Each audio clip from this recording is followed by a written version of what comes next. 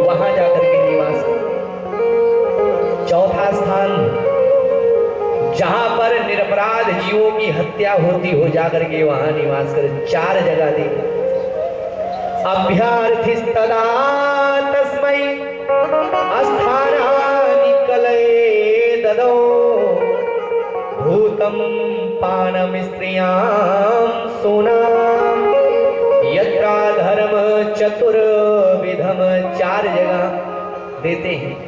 कलयुग ने कहा कि महाराज कोई एक अच्छा स्थान दे दो जहां मैं आराम से रह सकूं। जितना गड़बड़ स्थान था उसको तो आपने दे दिया, कोई सुंदर स्थान दे दो। तो परीक्षित से बार बार निवेदन करने पर महाराज परीक्षित ने कहा पुनश्च याचमानाय, दोबारा जब मांगा पुनश्च याचमानाय जात रूप मदात प्रभु, जाओ मैं तुम्हें स्वर्ण में निवास देता हूं। स्वर्ण जान सोने में, और जो अधर्म से प्राप्त स्वर्ण हो उसी में जाकर के निवास करो। कलयुग को मौका मिल गया, क्योंकि उस समय महाराज परीक्षित जरासंध का मुकुट लगाए थे जो अधर्म से प्राप्त। सिर पर कलयुग सवार हो जाता है। वहां से परीक्षित महाराज जब चले हैं, चलते चलते थक गए, प्यास लगी है, भूख लग जाती है, जल ढूंढ रहे हैं। ऐसा लग रहा है परीक्षित का कंठ अवरुद्ध हो रहा है, प्राण वायु निकल जाएगी। एकदम व्याकुल होकर के जल ढूंढ रहे हैं। जल ढूंढते ढूंढते एक आश्रम के पास पहुंचे। समीक ऋषि का आश्रम है। समीक ऋषि के आश्रम में जाकर के जोर जोर से आवाज लगा रहे हैं, अरे कोई है, अगर कोई हो तो मुझे जल पिला दे, मेरा कंठ सूख रहा है, प्राण निकल जाएगी, अरे कोई मुझे जल पिला दे। आश्रम में कोई नहीं था, केवल समीक ऋषि थे। ध्यान लगा करके समाधि में बैठे हुए थे। जब इधर उधर देखा कोई नहीं दिखा। सामने समीक ऋषि दिखाई पड़ते हैं। देख करके क्रोध आ गया परीक्षित को कि देखो तो सही, हमारे ही व्यवस्था से ये आश्रम पल बढ़ रहा है और हमारे ही आने के बाद हमारा सम्मान नहीं। अरे ऐसे ढोंगी महात्मा को अभी मैं सजा देता हूं। मरा हुआ सर्प लिया और महाराज परीक्षित ने समीक ऋषि के गले में पहना दिया।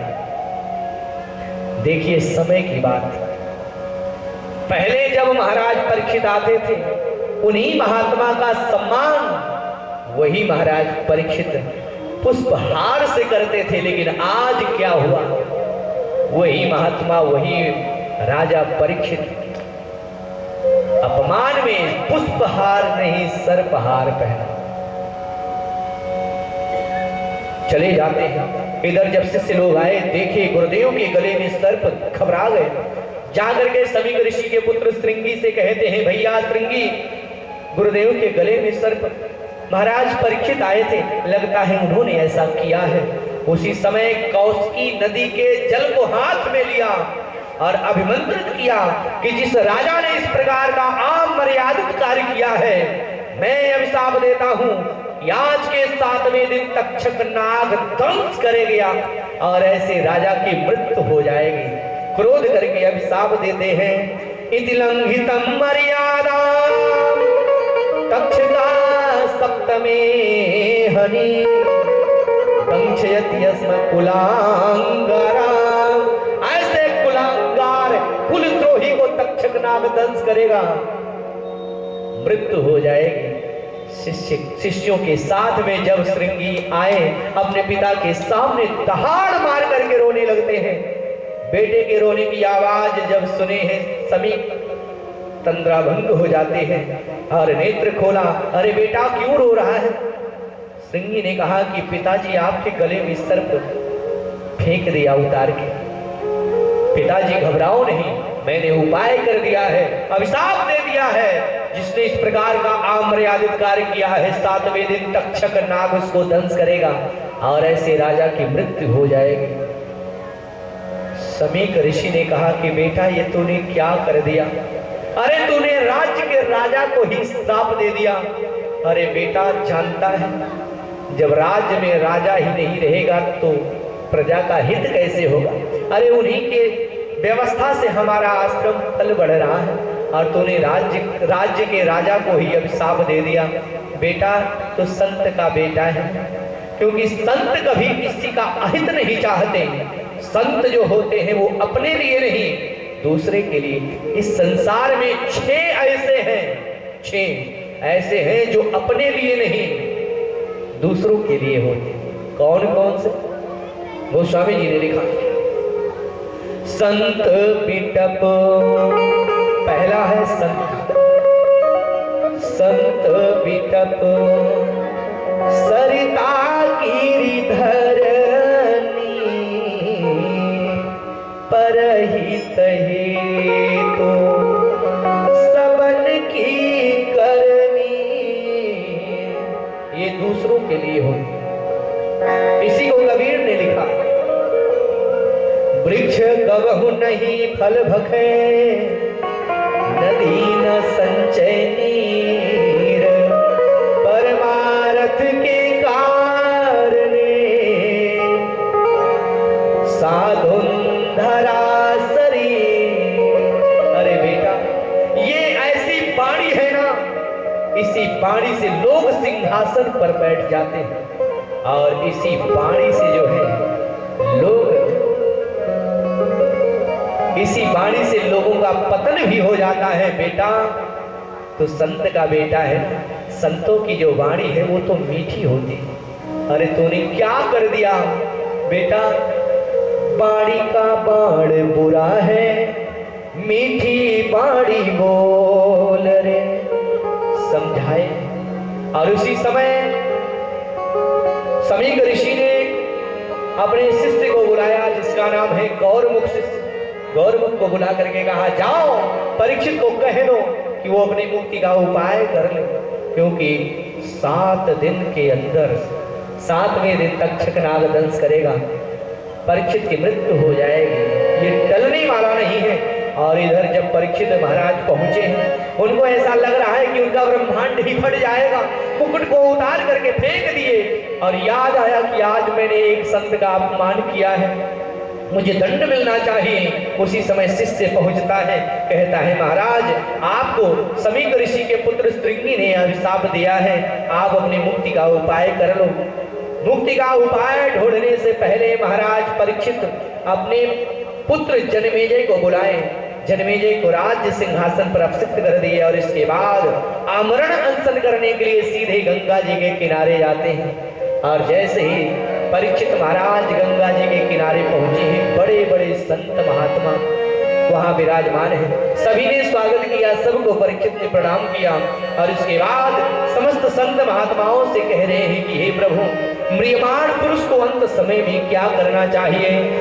जिसका मृत्यु नजदीक हो, अरे उस पुरुष को अंत समय में क्या करना चाहिए?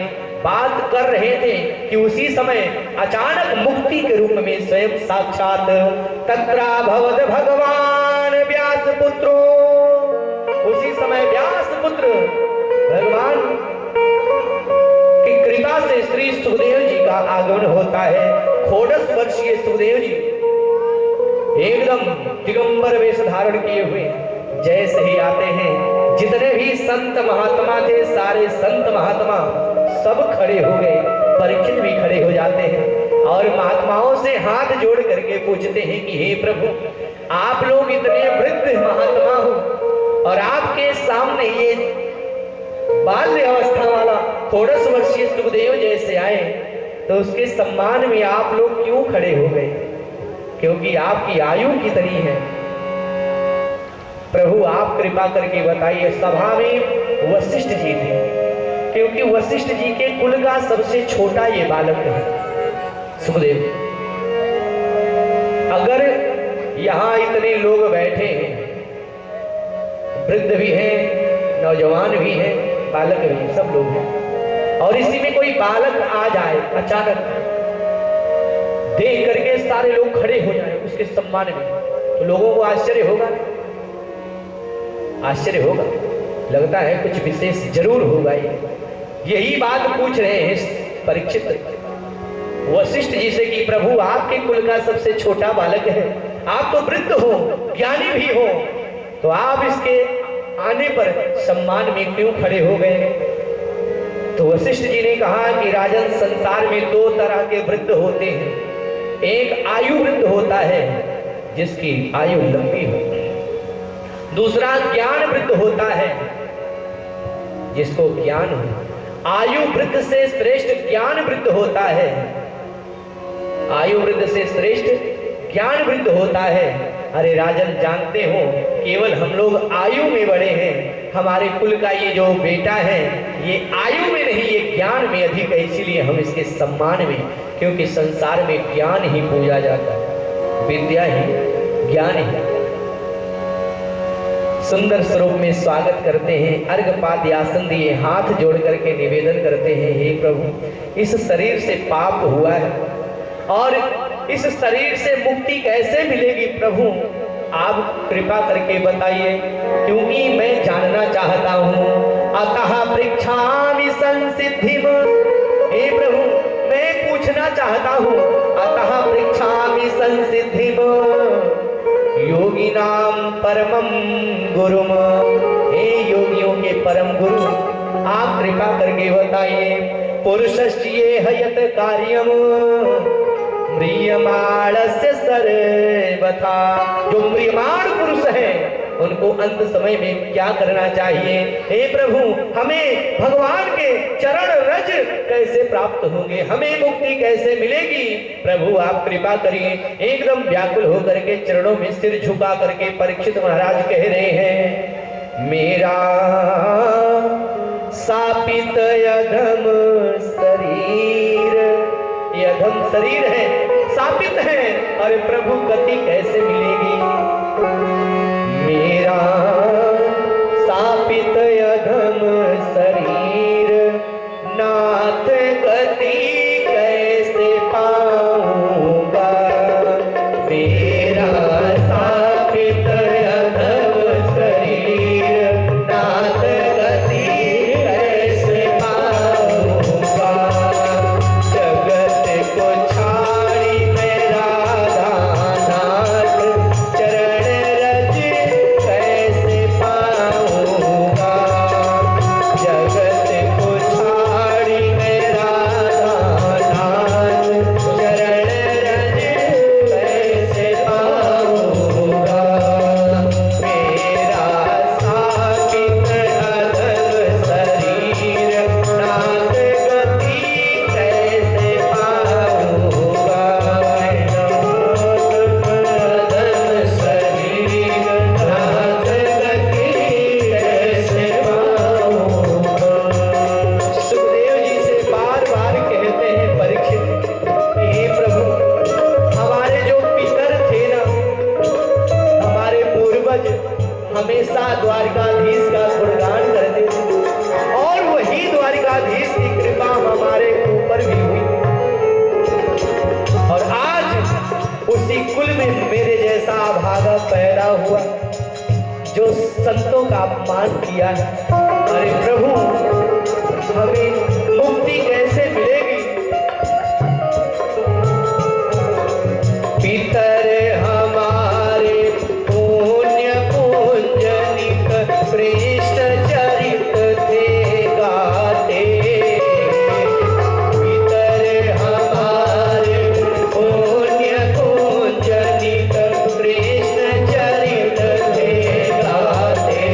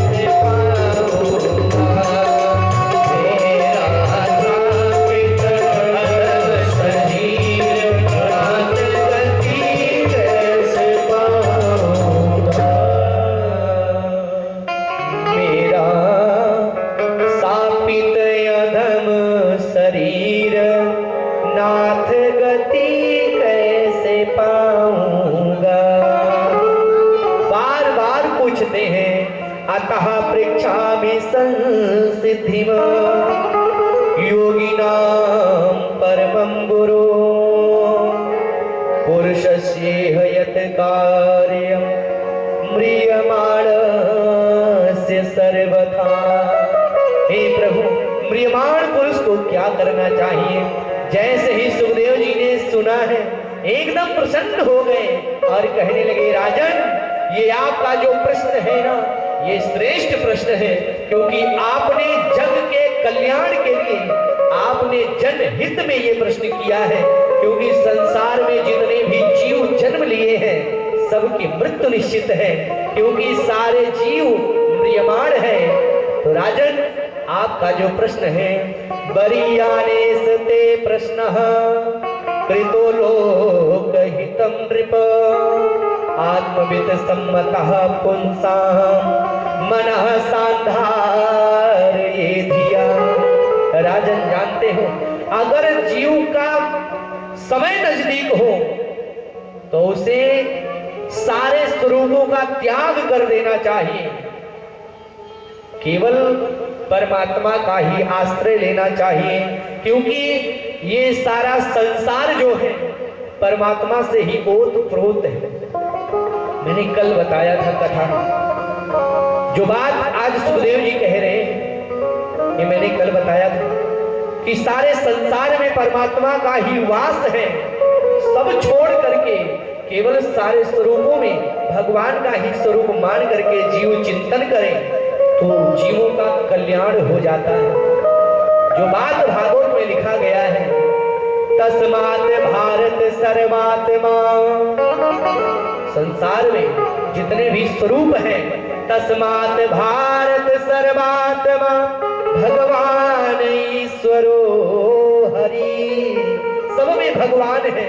और इसी को गोस्वामी जी ने लिखा, सिया राम मैं सब जग जानी, सिया राम मैं सब जग जानी, सिया राम मैं सब जग जानी, सिया राम मैं सब जग जानी, सिया राम मैं सब जग जानी, ओ सिया राम मैं सब जग जानी, करम प्रणाम जोरी जुग पानी, करम प्रणाम जोरी जुग पानी, करम प्रणाम जोरी जुग पानी।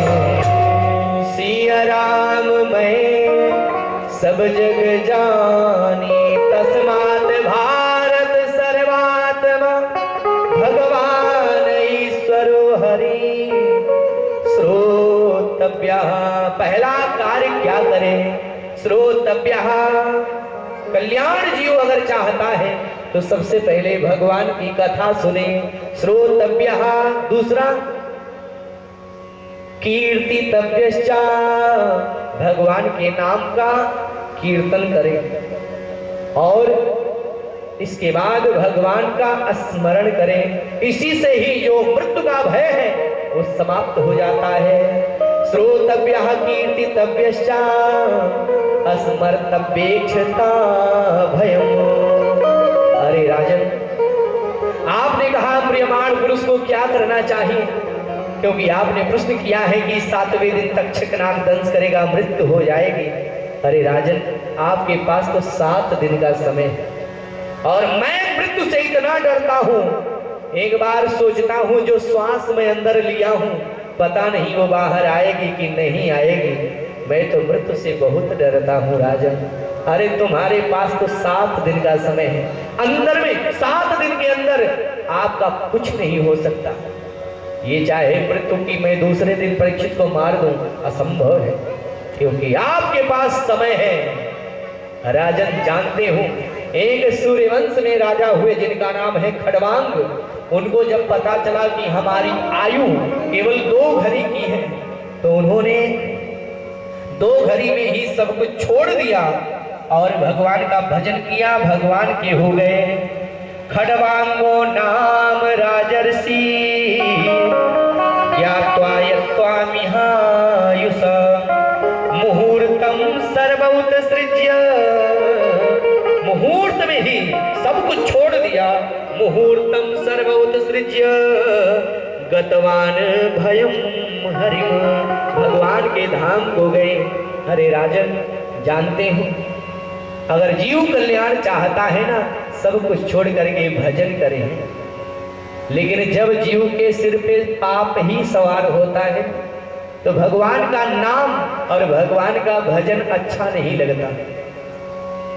जैसे शरीर में बुखार हो जाए, ज्वर हो जाए, आप सुंदर सुंदर भोजन ला करके खिलाओ, खा लो भैया, तो अच्छा नहीं लगता। अच्छा लगता है अगर शरीर में ज्वर हो तो कितना भी अच्छा व्यंजन है, अच्छा नहीं लगता। वैसे ही अगर पाप ही सवार है सिर पे ना, तो भगवान का नाम और भगवान की कथा अच्छी नहीं लगती। पूर्व जन्म के पाप से हर चर्चा न सुहाय, जैसे ज्वर के बेग से भूख भस्म होई जा। परीक्षित महाराज को सुखदेव जी ने कहा कि राजन, आप भगवान की भक्ति करो। और यहाँ नियम बताते हैं भक्ति का कि अगर आपको भक्ति करना है तो नियम करना होगा। बिना नियम के कोई भी कार्य नहीं होता। अगर आपको कहीं जाना है तो अगर आप नियम से चलेंगे तब तो पार हो जाएंगे। जैसे यहाँ से बनारस जाना है या हमारे अयोध्या ही जाना है और आप यहाँ से बाइक ले लें, चले, और अगर आप नियम से चलेंगे तो पहुंच जाएंगे। और अगर आप नियम से नहीं चले तब नियम क्या है चलने का कि अपने बाएं चले, बाएं। और अगर आप दाहिने चलेंगे तो फाइनली हो जाएगा रास्ते में। सही बात है। तो इसलिए नियम, कोई भी कार्य करना है अगर नियम से करते हैं तो पार हो जाएंगे। यहाँ परीक्षित जी को नियम बता रहे हैं भक्ति का कि राजन, अगर आपको भक्ति करना है, भगवत प्राप्ति करना है तो नियम करो। नियम क्या है? जितासनो, पहले आसन पर विजय प्राप्त करो, आसन शुद्ध करो। जैसे हमारे आचार्य जी जब सुबह पूजा कराते हैं तो आपसे कहते हैं कि आप हाथ में जल लेकर के आसन शुद्ध करना है। ओम पृथ्वीति मंत्रस्य एहो पृष्ठदशे सुतलं छन्दः कर्मो देवता आसन पवित्र करणे विनियोग। आसन पवित्र करते पहले आसन शुद्धि, और उसके बाद जब आपका आसन शुद्ध हो जाएगा, ये नहीं कि आप आसन लगाए हैं बार बार एकदम, तो इससे नहीं होगा। आप आसन लगा लिए तो लगा लिए। जितासनो, जित श्वासो, श्वास पर विजय, प्राणायाम के द्वारा श्वास पर विजय। और तीसरा जितेंद्रिय, इंद्रियों पर विजय प्राप्त करें। देखिए योग दर्शन में पतंजलि जी ने लिखा है, जिसका प्रचार प्रसार आजकल बाबा रामदेव कर रहे हैं, वो योग कर रहे हैं। योग का मतलब जानते हैं आपको? योग माने मिलाना है परमात्मा से, ये आत्मा परमात्मा से मिल जाए, इसी को क्या कहते हैं? योग है। यही तो योग है। और योग करने के लिए पतंजलि जी ने अपने योग दर्शन में लिखा है, पहला सूत्र है पतंजलि का योग दर्शन का, अथि योगानुशासनम। अब मैं शासन में रह करके योग करूंगा। दूसरा मंत्र है योग चित्तवृत्त निरोधा, अपने चित्तवृत्त पर निरोध करिए, नियंत्रण करिए, यही योग है।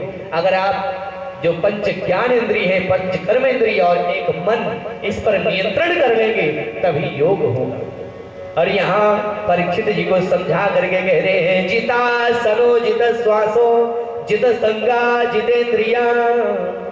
संग पर विजय प्राप्त करिए, इंद्रियों पर विजय प्राप्त करिए, और इसके बाद स्थूल स्वरूप परमात्मा की जो छवि है अपने हृदय में धारण करके अगर ऐसा करोगे तो कल्याण हो जाएगा। यहाँ विराट स्वरूप के बारे में भगवान के बता रहे हैं कि 14 भुवन है, 14 तल हैं। पृथ्वी के नीचे 7 तल और पृथ्वी के ऊपर 7 है, तल वितल सतल तलातल महातल पाताल भू भुआ स्वह मह जन सत तप। और ये 7 ऊपर हैं, 7 नीचे हैं। पाताल में तत् ही पाद मूलम। विराट स्वरूप के बारे में वर्णन करते हैं। आगे चल करके पुराण के स्थितियों के बारे में और सुखदेव जी महाराज कहते हैं कि राजन जानते हैं सृष्टि का सृजन कैसे हुआ। सबसे पहले संसार में कुछ भी नहीं था, केवल जल ही जल था। पूरा संसार प्रलय काल के जल राशि में निमग्न था, कुछ भी नहीं। तो जो ब्रह्म है, जो निर्गुण निराकार ब्रह्म है, उसने सोचा मैं सगुण साकार हो जाऊं। उसी समय विचार आता है एको हम बहुश्याम, मैं एक हूं, मेरी इच्छा है बहुत होने की। तो उसी समय अचानक भगवान नारायण के नाभि से एक कमल प्रकट होता है और कमल पर ब्रह्मा जी पैदा हुए। ब्रह्मा जी ने अपने आप का पता लगाने के लिए इधर उधर चारों तरफ देखते हैं कि मैं कौन हूं, मुझे जन्म देने वाला कौन है, मैं यहाँ कैसे आया। तो और छोर का पता लगाने के लिए कमल नाल के चारों तरफ घूमते हैं, कुछ पता नहीं चला। कमल के नाल के अंदर प्रवेश कर जाते हैं, फिर भी कुछ पता नहीं चला। जब बाहर आए उसी समय किनारे से जाकर के जल टकरा रहा था। जब किनारे से जाकर के जल टकराता है तो उसमें आवाज सुनाई देता है। वर्ण अक्षरों में जो है ता और पा अक्षर सुनाई दिया। जब किनारे से जाके जल तेज वेग से टकराता है ना तो तप तप करके आवाज आता है। ब्रह्मा जी ने सोचा कि हमें आदेश हो रहा है तप करने का, और यहाँ ब्रह्मा जी तपस्या करना शुरू किए। 1000 वर्ष तक तपस्या किए हैं। उसी समय भगवान नारायण प्रकट हो जाते हैं। उन्होंने ब्रह्मा जी से कहा कि ब्रह्मा मेरी ही इच्छा है, क्योंकि मैंने अपने इच्छा से तुम्हें प्रकट किया है, और तुम सृष्टि का विस्तार करो। ब्रह्मा जी को चतुश्लोकी भागवत का उपदेश दिया और कहा कि आप इसी के प्रभाव से विस्तार करो। यहाँ ब्रह्मा जी सृष्टि का विस्तार करना प्रारंभ करते हैं और सबसे पहले उन्होंने 4 पुत्रों को जन्म दिया है। 4 पुत्र, सनत, सनातन, सनंदन, सनत कुमार। इनसे ब्रह्मा जी ने कहा कि बेटा तुम विस्तार करो सृष्टि का, क्योंकि आदि नारायण का आदेश है। सनत कुमारों ने कहा कि हे प्रभु आप कृपा करके बताइए ये मानव शरीर मिलने का उद्देश्य क्या है, ये मानव शरीर क्यों मिला है। अगर आप लोगों से पूछा जाए कि भगवान ने ये मानव शरीर क्यों दिया, क्योंकि ये दुर्लभ शरीर है? बार बार ये शरीर नहीं मिलता, क्योंकि लिखा है बड़े भाग मानुष तन पावा। जब भगवान की कृपा होती है जीव के ऊपर तब मानव शरीर जीव पाता है। और यहाँ सनत कुमारों ने कहा कि प्रभु ये मानव शरीर मिलने का उद्देश्य क्या है। अगर आप लोगों से पूछा जाए कि मानव शरीर मिलने का उद्देश्य क्या है तो आप क्या कहोगे, क्या कहेंगे? भगवान ने 2 हाथ क्यों दिया है, 2 कान क्यों दिया, 2 नेत्र क्यों दिया, सुंदर मुख नासिका, 2 पैर क्यों दिए भगवान? विचार किए हैं? जब एकांत में बैठिएगा तो सोचिएगा कि भगवान ने ये सब क्यों दिया है। ब्रह्मा जी ने कहा कि बेटा मानव शरीर मिलने का केवल एक ही उद्देश्य है। क्या है? मानव शरीर मिलने का एक ही उद्देश्य है, वो है भगवत प्राप्ति। क्योंकि ये मानव शरीर साधन धाम मोक्ष करी द्वारा, ये क्या है? साधन का साधन धाम मोक्ष कर द्वारा। ये मोक्ष के दरवाजे पे खड़ा है ये मानव सरोवर। आप चाहे तो पार हो जाएं और चाहे लौट आए। ब्रह्मा जी ने कहा कि बेटा मानव शरीर मिलने का केवल एक ही उद्देश्य है, वो है भगवत प्राप्ति। इस शरीर से भगवान की प्राप्ति मोक्ष हो जाए, यही उद्देश्य है। समझा करके कह रहे हैं नर देह मिलेगा यही फल है, ये में इतना तो विचार ले रे। सनत कुमारों ने कहा कि पिताजी अब मैं भगवत प्राप्ति के लिए जा रहा हूं, और भगवत प्राप्ति के लिए चले जाते हैं। ब्रह्मा जी को क्रोध आ गया, क्योंकि अगर आप कोई भी कामना करते हैं, कोई भी इच्छा करते हैं, कामना करते हैं, अगर कामना पूर्ण हो गया, कामना पूरी हो गई, तो उससे एक पुत्र पैदा होता है जिसका नाम है लोभ। अगर इच्छा पूरी होगी तो लोभ होगा कि और भी कर दे, शायद ये भी पूरा हो। और अगर कामना नहीं पूर्ण हुई तो उसका दूसरा पुत्र पैदा होता है जिसका नाम है क्रोध। अगर आप कोई भी काम करते हैं, मन लगा के इच्छा पूरी नहीं हुई तो गुस्सा आता है। बताओ, इतना परिश्रम भी किए और इसके बाद पूरा भी नहीं, क्रोध आता। जब ब्रह्मा जी के पहले पुत्र मना कर दिए सृष्टि विस्तार के लिए, उसी समय क्रोध आ गया और ललाट प्रदेश से भगवान का रुद्र के रूप में प्राकट्य होता है। बोले रुद्र भगवान की 11 रुद्र और 11 रुद्राणी प्रकट हुई। ब्रह्मा जी ने कहा कि आप सृष्टि का विस्तार करो। भगवान रुद्र जो है वो विस्तार करने के लिए चले हैं। और रुद्र भगवान ने कहा कि मैं ऐसी भयंकर सृष्टि करूंगा ना कि आप पहले ही मना कर दोगे। क्योंकि दो तरह से काम लोग करते हैं। एक ऐसा काम कर दो कि लोग वाह वाह करेंगे, वाह कितना सुंदर आपने किया, करते हैं। एक ऐसा कर दो कि लोग वाह वाह करें, और दूसरा ऐसा कर दो कि मना कर दें, बाबू रे तो जाओ, तुम्हारे बस का नहीं है। ऐसा भी होता है। ब्रह्मा जी ने जब देखा कि रुद्र भगवान जो है भूत प्रेत पिशाच शाकनी कामनी कामनी डाकनी प्रकट कर दिए हैं, सब आपस में ही लड़ करके समाप्त हो जाएंगे। ब्रह्मा जी ने कहा बेटा जाओ भजन करो। भगवान रुद्र भी भजन को किए। तुम पुनि राम, भगवान भोलेनाथ कैसे हैं? तुम पुनि राम राम दिन राती, तुम पुनि राम राम दिन राती, तुम पुनि राम राम दिन राती, तुम पुनि राम राम दिन राती, तुम पुनि राम राम दिन राती, सागर जपहु अनंग हराते, सागर जपहु अनंग हराते, सागर जपहु अनंग हराते, सागर जपहु अनंग हराते। सागर भाव से जपते हैं। और इसके बाद ब्रह्मा जी ने अपने अलग अलग अंगों से अलग अलग पुत्र, पंच कर्म इंद्री, पंच ज्ञान इंद्री, 10 इंद्रियां हैं, 10 से 10 पुत्र पैदा करते हैं। और उनके नाम है मरीचि अत्रि अंगिरसा पुलस्ता पुलहा क्रतो भृगुर वसिष्ठो दक्षश्चा दशमस्तत्र नारदम्। 10 पुत्र हुए। मरीचि अत्रि अंगिरा पुलस्त पुला क्रतु भृगु वशिष्ठ दक्ष, और 10वें पुत्र नारद हुए। वाणी से एक कन्या हुई जिसका नाम सरस्वती।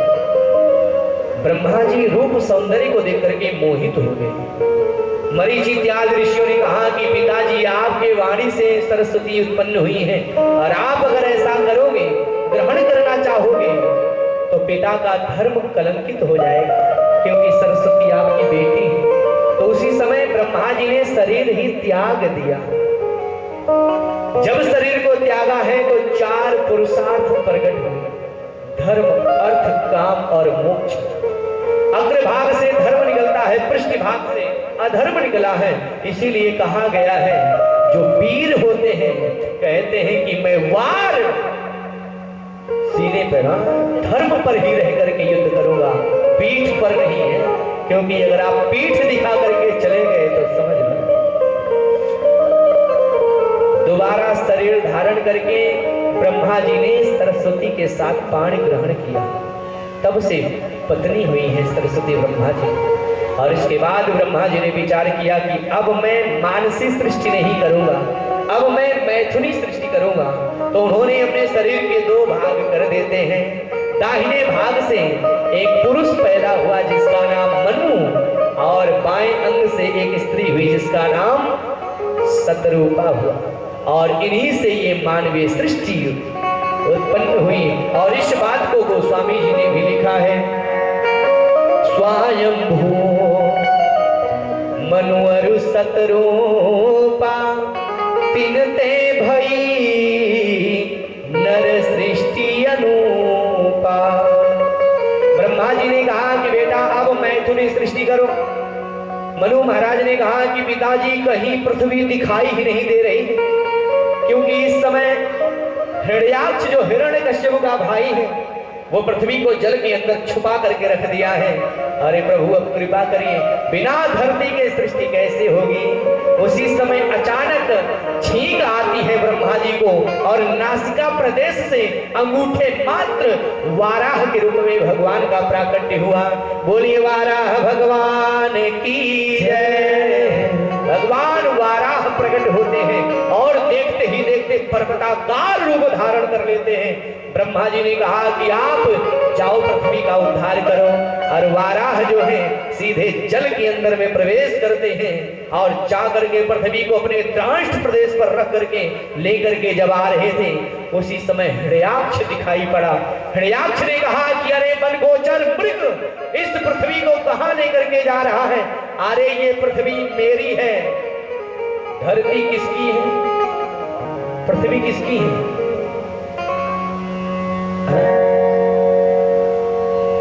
अगर कोई अपनी पत्नी को लेकर के जा रहा है और दूसरा आए कहे भैया ये मेरी है, इसको कहां लेके जा रहे हैं, तो क्या होगा? तो लाते ही तो खाएगा वो।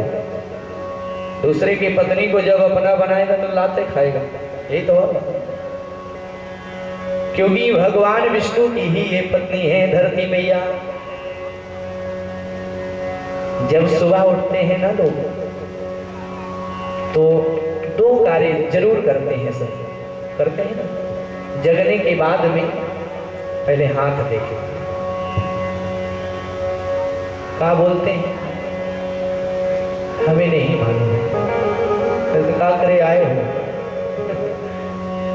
कराग्रे वसते लक्ष्मी करमध्ये सरस्वती करमूले स्थितो ब्रह्म प्रभाते कर दर्शनम। देखते हैं ना, उसके बाद जब उठते हैं धरती पर पैर रखने से पहले मैया को प्रणाम करते हैं। हे मैया, मैं आपके ऊपर अपना पैर रख रहा हूं, आप क्षमा करिएगा।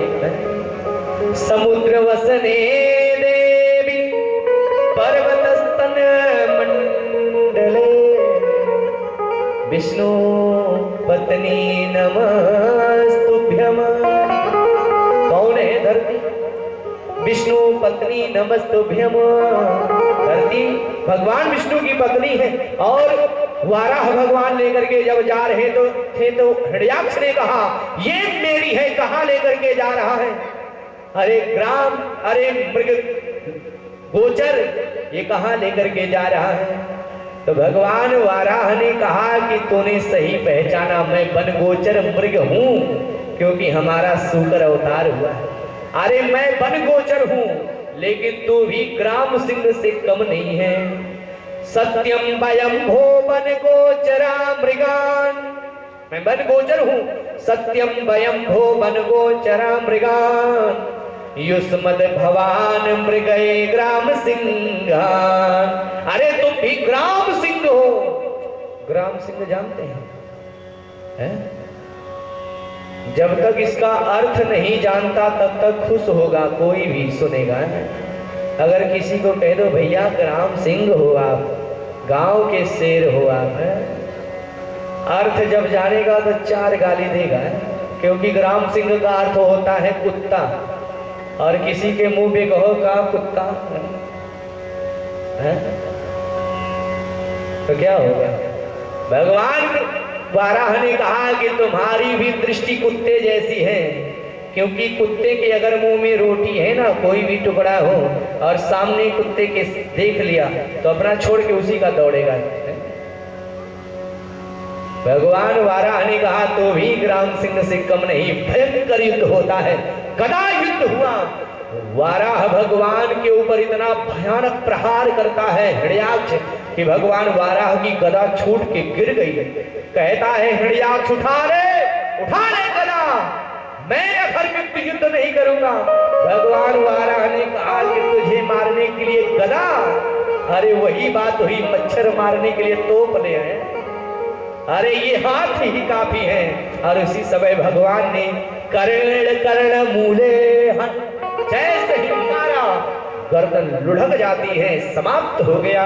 सारे देवता स्तुति करते हैं, जितम जितम ते जित यज्ञ भावन, हे प्रभु जय हो जय हो, बोले वाराह भगवान की जय। भगवान वाराह जो है धरती को लेके आए, जल के ऊपर स्थापित करते हैं। यहाँ सूत जी महाराज से सौनकादिक ऋषियों ने पूछा, हे प्रभु ये हिरण्याक्ष के पास इतना बल कैसे हो, कौन था ये? कहते हैं ये हिरण्याक्ष और हिरण्यकश्यपु पूर्व में भगवान नारायण के पार्षद थे, द्वारपाल थे। इनका नाम जय और विजय था।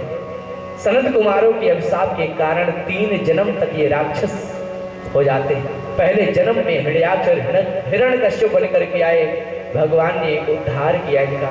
दूसरे जन्म में जो है ये रावण और कुंभकर्ण बन करके आते हैं, भगवान राम के रूप में अवतार लेकर के उद्धार किया। तीसरे जन्म में शिशुपाल दंतवक्र बन करके आए और उनका भी उद्धार भगवान कृष्ण ने किया। ये साधारण नहीं, द्वारपाल हरि के प्रिय दो, जय अरु विजय जान सबको, विप्र साप ते दोनों भाई, तामस असुर देह तिन पाई। तो ये वही आगे चल करके मनु जी ने सृष्टि का विस्तार करना प्रारंभ किया। सबसे पहले 3 कन्याएं जन्म ली। मनोस्तु सतरूपायाम त्रिस्रः कन्याश्च जगिरे, 3 कन्याएं हुई। पहली का नाम आकुति, दूसरी का देवहूति, तीसरी का प्रसूति, और 2 पुत्र पैदा होते हैं। पहले पुत्र का नाम उत्तानपाद, दूसरे पुत्र का नाम प्रियव्रत हुआ, और इन्हीं से सृष्टि उत्पन्न हुई है। सबसे पहले मनु जी ने अपनी पहली बेटी का विवाह नहीं किया, दूसरी बेटी का विवाह करते हैं। दूसरी बेटी का विवाह, देवहूति का विवाह कर्दम ऋषि के साथ में करते हैं। शर्त के साथ में विवाह कर्दम ने किया, क्योंकि कर्दम ने शर्त रखा कि मैं आपके बेटी से तभी विवाह करूंगा जब आपके बेटी से एक संतान पैदा हो जाएगी, उसी दिन मैं संन्यास ले लूंगा। अगर आज ऐसी कोई बात हो तो कोई भी विवाह नहीं करेगा। विवाह के समय दूल्हा खड़ा होकर के कहे कि मैं शर्त रख रहा हूं, जब मानोगे तभी करेंगे। जब आपकी बेटी से संतान पैदा हो जाएगी तो मैं साधु बन जाऊंगा, तो कोई करेगा विवाह? नहीं करेगा। लेकिन देवहूति से जब मनु जी ने पूछा है तो मनु जी से देवहूति कहती है, पिताजी हमारा तो भाग्य है, मैं विवाह काम के विकास के लिए नहीं, मैं विवाह काम के विनाश के लिए कर रही हूँ। हमें ऐसे पति स्वीकार है, क्योंकि हमारा तो भाग्य है कि हमारा विवाह ऐसे तपस्वी के साथ हो रहा है। अरे जिस कुल में, जिस माँ के गर्भ से भगवान का भक्त पैदा होता है, अरे पिताजी उस माँ की कोख पवित्र हो जाते हैं। कुलम पवित्रम जननी कृतार्था, कुल पवित्र हो जाता है, उसका विवाह हो गया। धीरे धीरे समय बीता। कर्दम जी ने देवहूति से पूछा कि देवी तुम्हारी क्या इच्छा है? तो देवहूति ने कहा कि अरे पतिदेव, हर स्त्री की इच्छा होती है कि उसको सुंदर पुत्र हो जाए, बस कृपा करिए, क्योंकि हमें पिता का भी सुख मिला, पति का भी सुख मिला, लेकिन पुत्र का सुख नहीं मिला है, कृपा करिए। और उसी समय संकल्प के द्वारा कर्दम जी ने विमान का सृजन करते हैं और देवहूति से कहते हैं, देवी जो सामने ये सरोवर है, बिंद सरोवर, जाओ स्नान करो। जैसे ही डुबकी लगाई, सुंदर देवांगना स्वरूप धारण हो जाता है और आई विमान पर बैठ करके दोनों पति पत्नी आकाश का भ्रमण करते हैं। धीरे धीरे करके 9 कन्याएं पैदा हो गई। जब 9 कन्या हो गई, कर्दम घबरा गए। मैंने शर्त रखा था 1 हो जाएगी, संन्यास ले लूंगा, अब 9 हो गई, क्या करूं? छोड़ करके जैसे ही जाने लगे, चरणों को पकड़ करके देवहूति कहती हैं, हे प्रभु, आप चले जाओगे तो मेरा क्या होगा? क्योंकि हमारा संसार में कोई नहीं है, ये बेटियां बड़ी हो जाएंगी, विवाह हो जाएगा, अपने पति के यहाँ चली जाएंगी, लेकिन हमारा कौन सहारा बनेगा? अरे प्रभु, जैसे शरीर से प्राण निकल जाए, शरीर का कोई अस्तित्व नहीं होता, जल के सूख जाने के बाद नदी का कोई मतलब नहीं होता, वैसे पति के ना रहने पर पत्नी का भी कोई अस्तित्व नहीं होता। अरे प्रभु, मत जाओ, मत जाओ, मुझे पुत्र चाहिए। प्रभु,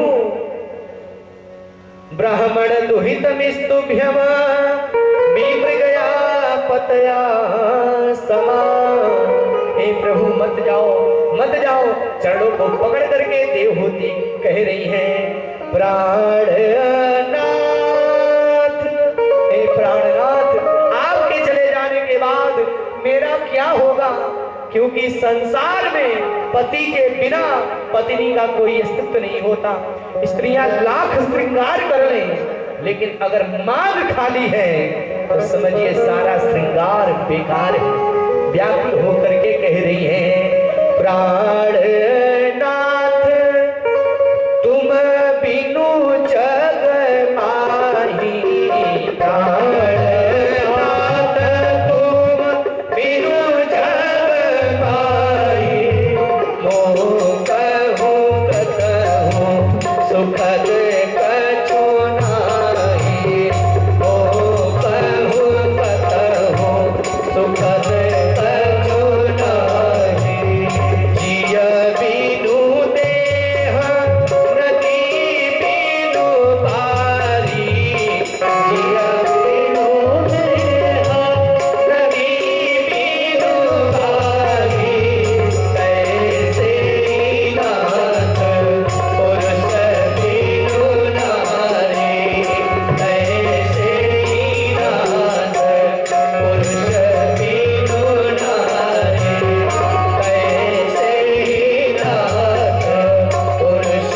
बिनु नारी, जिय बिनु देह नदी बिनु पारी, तैसे नाथ पुरुष बिनु नारी।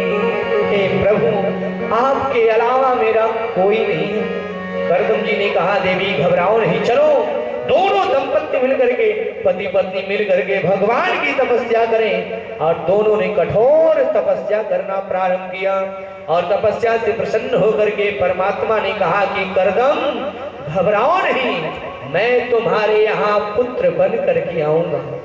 देखिए, लोगों ने भगवान को मांगा है, भगवान को मांगा है कि प्रभु आप हमारे यहाँ आओ। जब मनु जी ने तपस्या किया था तो भगवान को मांगा था कि प्रभु आप जैसा पुत्र चाहता हूँ। दानी शिरोमणि कृपा निधि नाथ कहो सती भाव, चाहो तुम्हें समान सुत हरिशन कौन दुरा।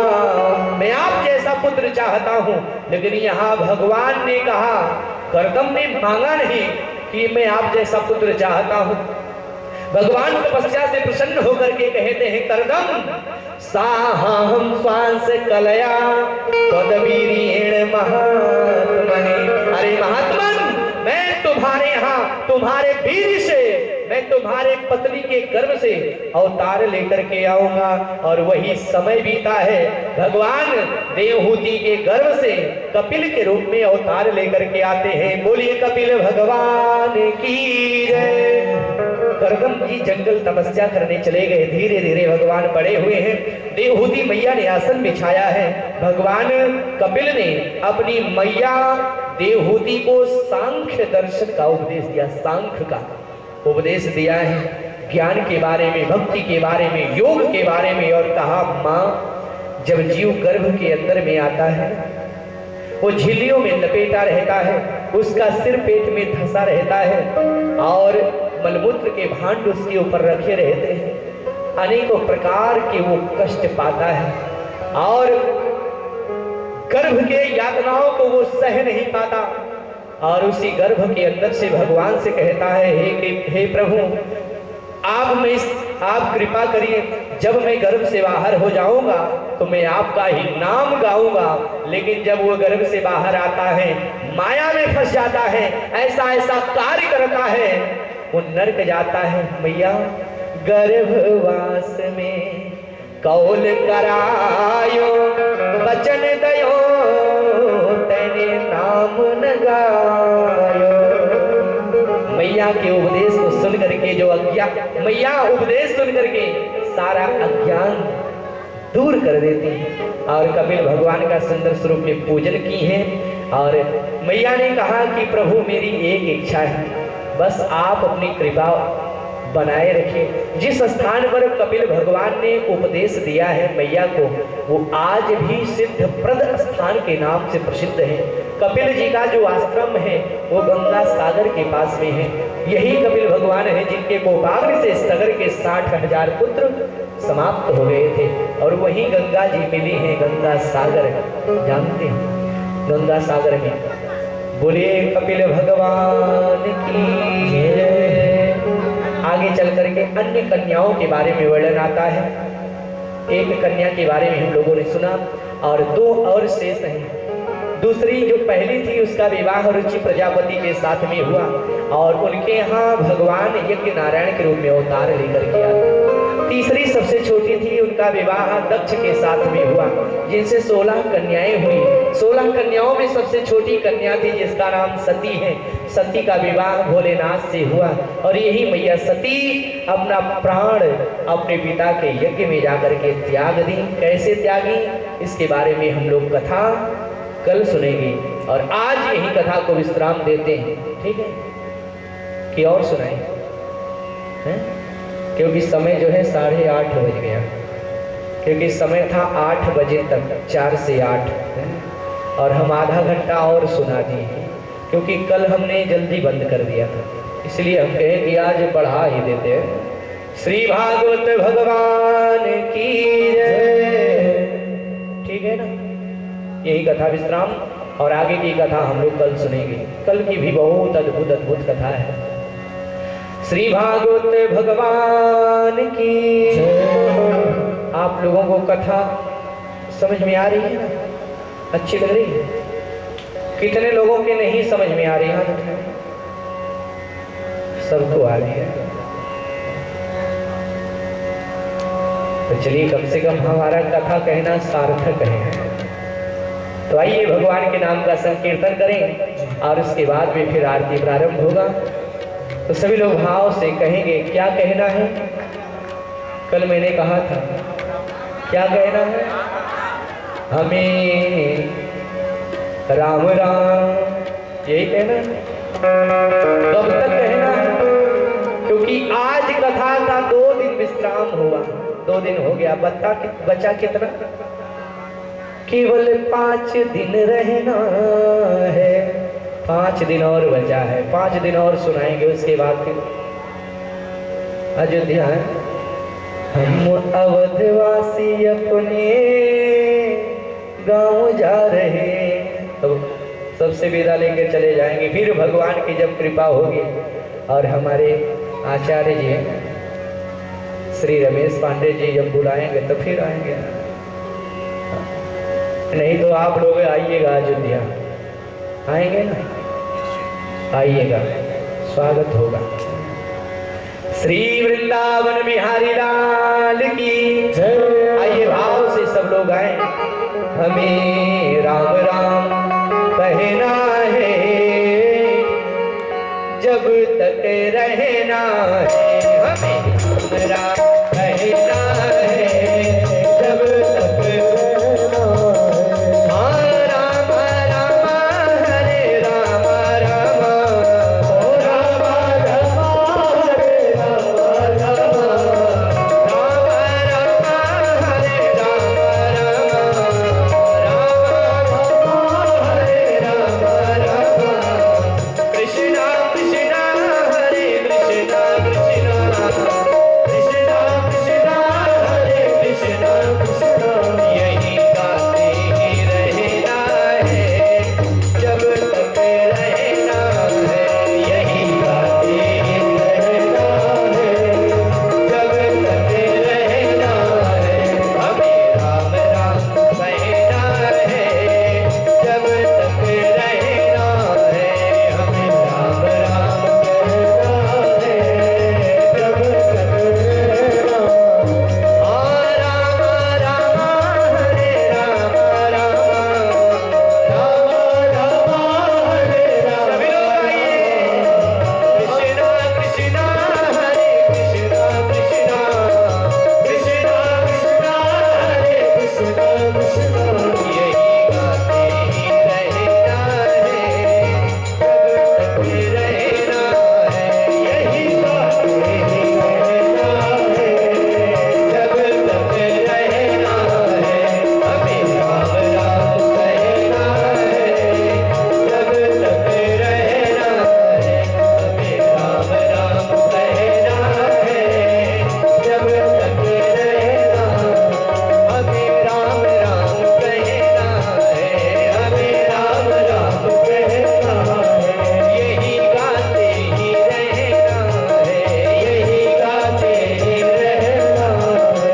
हमें जब तक रहना है, हमें जब तक रहना है। हमें राम राम कहना है जब तक रहना है, हमें राम राम कहना है जब तक रहना है। हमें राम राम कहना है जब तक रहना है, हमें राम राम कहना है जब तक रहना। बोलिए श्री रामचंद्र भगवान की जय हो। श्री हनुमान जी महाराज की, श्री वृंदावन बिहारी लाल की जय। भागवत महापुराण की जय। शंकर भगवान की जय। दुर्गा मैया की जय। सद्गुरुदेव भगवान की जय। सत्य सनातन धर्म की जय। ओम नमः पार्वती पतये हर हर महादेव। सभी लोग अपने स्थान पे खड़े हो जाएं और सभी लोग मिलकर के भाव से आरती करेंगे।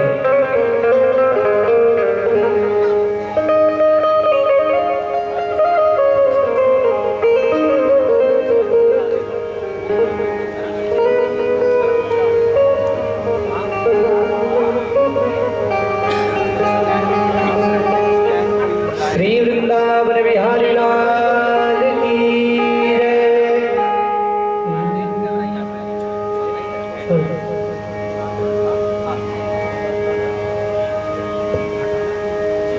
हाँ नीचे आ जाइए। कोई दिक्कत तो नहीं है भैया? अगर दिक्कत हो ना तो कल से सोफा लगवा लीजिए, आराम से बैठ के सुनिए। क्योंकि एक बात कहें ना, देखिए जो श्रोता होते हैं जैसे हमारे यजमान जी, हस्तो दश वीरगुं सर्वगणगुं स्वस्ताये आत्मसनि प्रजा सनि पशु सनि लोक सन्यभय सनि अग्नि प्रजा बहुला मे करो ध्वनं करो रे तो अस्मासु दत्ता। जय गणेश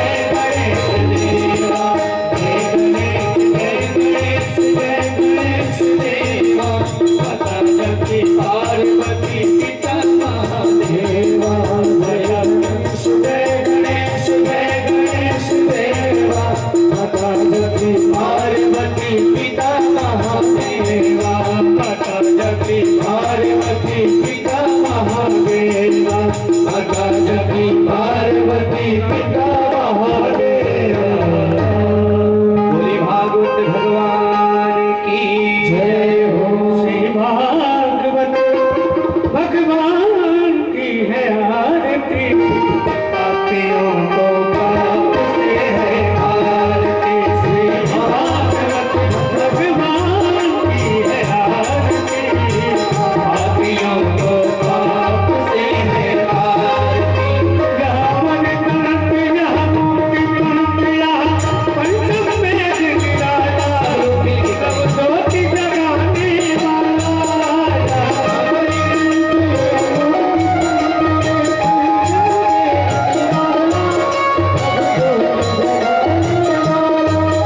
हरि नाम यही, हरि ध्यान यही,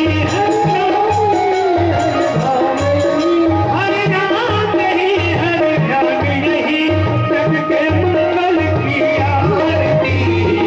पापियों को पाप से है तारती, श्री भागवत भगवान की है आरती, पापियों को पाप से है तारती। यह शांति गीत पावन पुनीत, पापों को मिटाने वाला, हरि दर्द कराने वाला।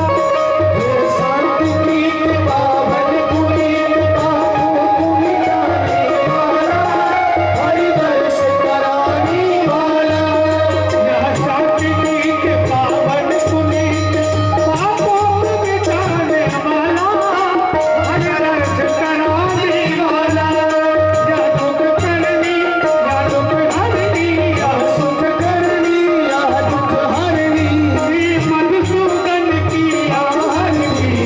पापियों को पाप से है तारती, श्री भागवत भगवान की है आरती, पापियों को पाप से है तारती। यह मधुर बोल जग फल बिखोल, सन्मार्ग दिखाने वाला, बिगड़ी को बनाने वाला। यह मधुर बोल जग फल बिखोल, सन्मार्ग दिखाने वाला, बिगड़ी को बनाने वाला।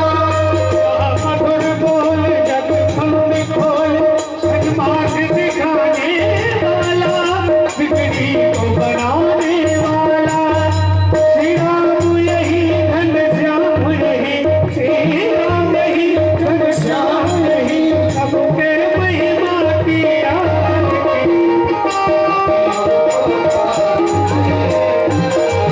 श्री भागवत भगवान की है आरती, पापियों को पाप से है तारती। श्री भागवत भगवान की है आरती, पापियों को पाप से है तारती।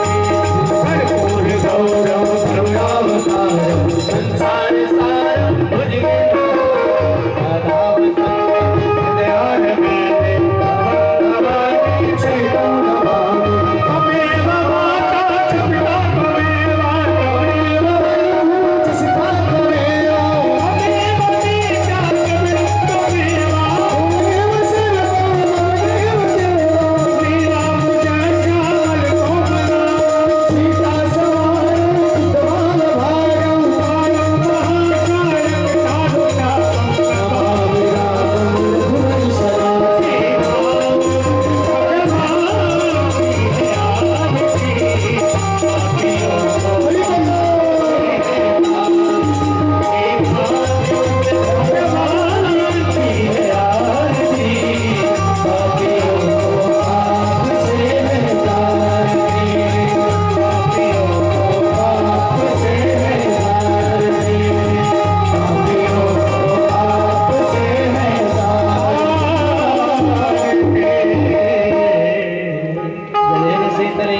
पुष्पे देवताभिवंदनम। बोले भागवत भगवान की जय। जल से शीतल करके भगवान को बाएं हाथ में थाली लेकर के दाहिने हाथ से भगवान को आरती समर्पित करें। जले ना इसलिए शीतलीकरण, जले ना शीतलीकरण पुष्पे देवताभिवंदनम।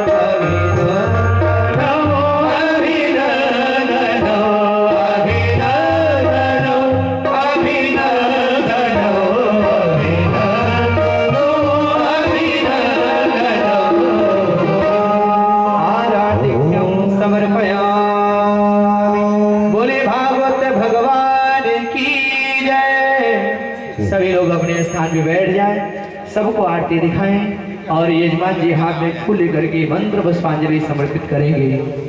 हरि ओम जन्मेन यज्ञमयजन्त देवास्तानि धर्माणि प्रथमान्यासन्ना तेहनाकं महिमानः शचन्त रुद्रपूर्वे साध्याः सन्ति देवाः नाना सुगन्ध पुष्पाणि यथा कालोद्भवानि च पुष्पांजलिर्मया दत्ता गृहाणा परमेश्वर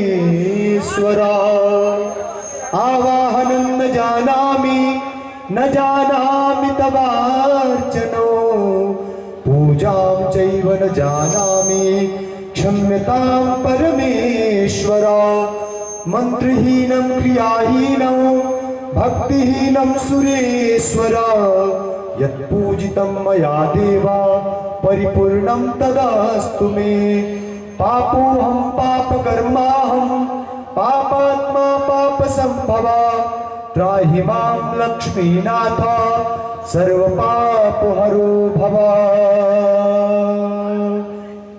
यदक्षरपदभ्रष्टं मात्राहीनं च यद्भवेत् तत्सर्वं क्षम्यतां देवा प्रसीदा परमेश्वर ओम भूर्भुवः स्वः भगवते श्री बालमुकुंदाय नमः मंत्र पुष्पांजलि क्षमा प्रार्थनां समर्पयामि नमस्करोमि।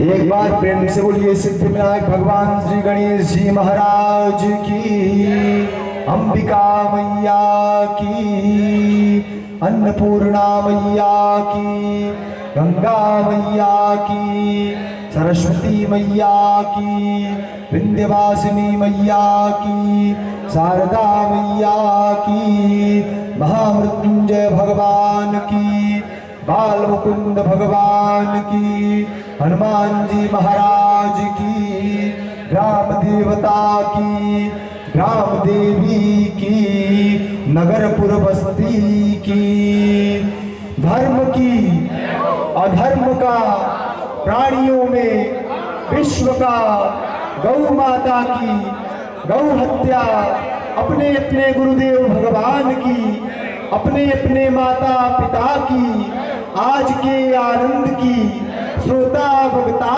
की, आवाहित प्रतिष्ठित पूजित सभी देवी देवताओं की, शिव नमः पार्वती पते हर हर महादेव। सर्वे भवन्तु सुखिनः, सर्वे सन्तु निरामयाः, सर्वे भद्राणि पश्यन्तु मा कश्चित् दुःखभाग् भवेत्।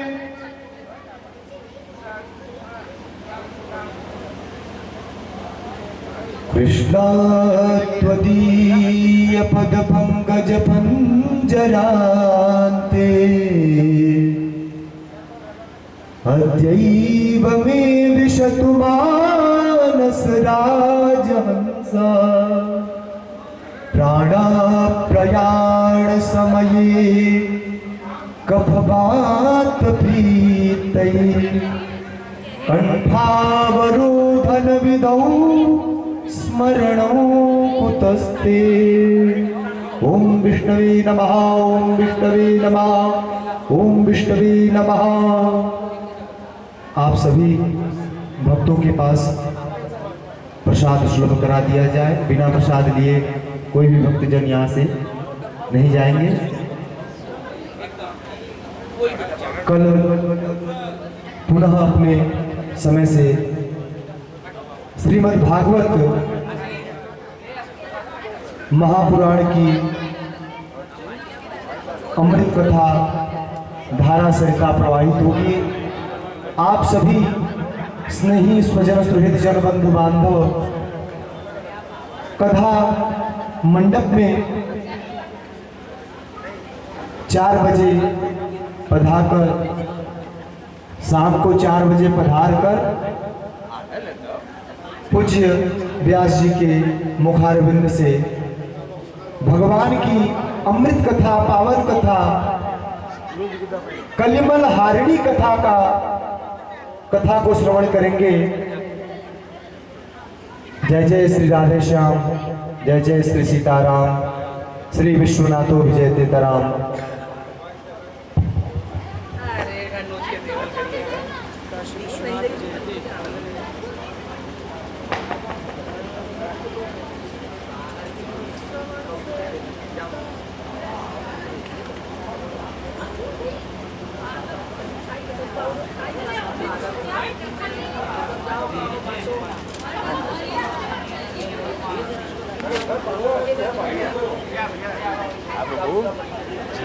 दर्शन नहीं भर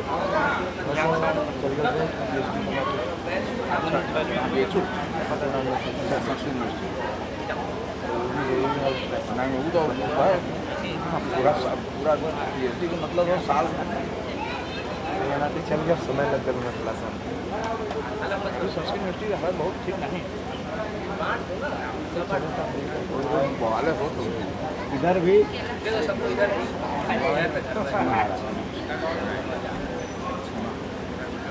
प्रभु जी क्षमा कहलो की मांग के खाई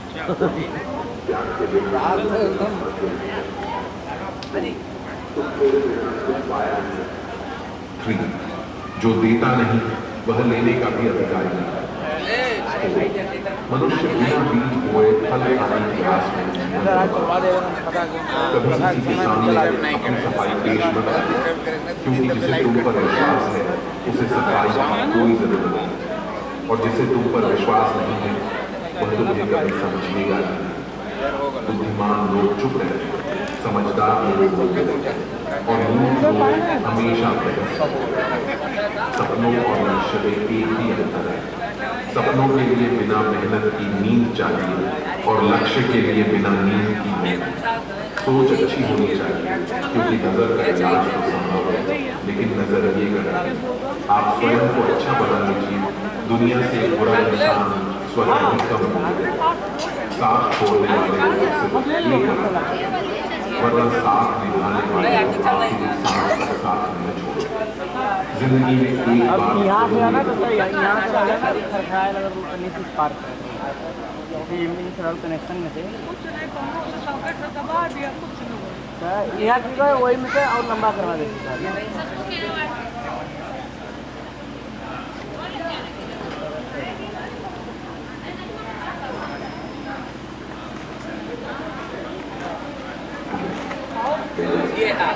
लेकिन कोई भाग्य से छूट किसी को कुछ देकर घमंड करता है। क्या पता तू दे रहा है या पिछले जन्म का कर्ज चुका रहा है। घमंडी मनुष्य का वंश, वैभव और प्रतिष्ठा।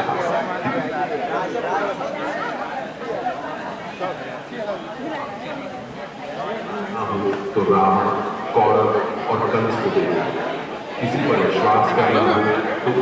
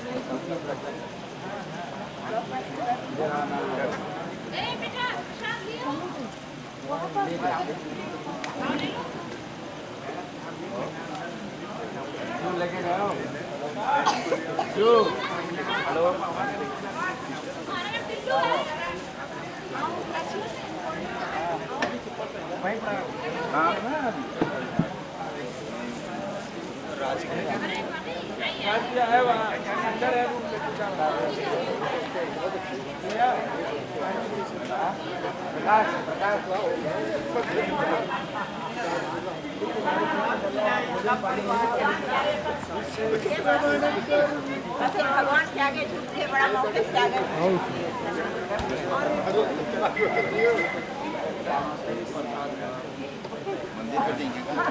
ए बहिन ए बहिन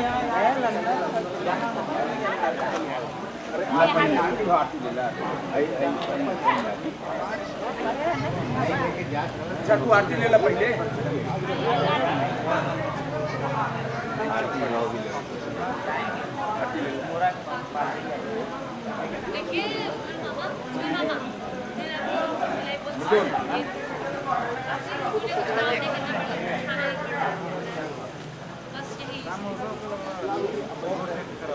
वहाँ तो ओके रहे थे हाई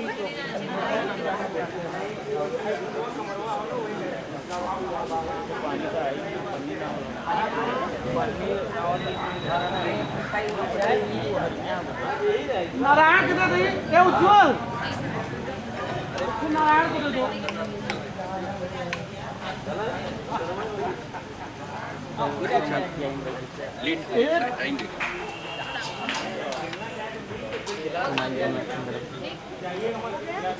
चलो कोई बात नहीं देर से आ रहा है कहाँ गए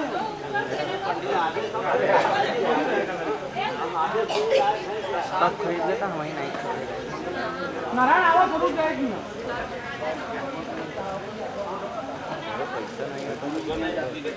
कर दे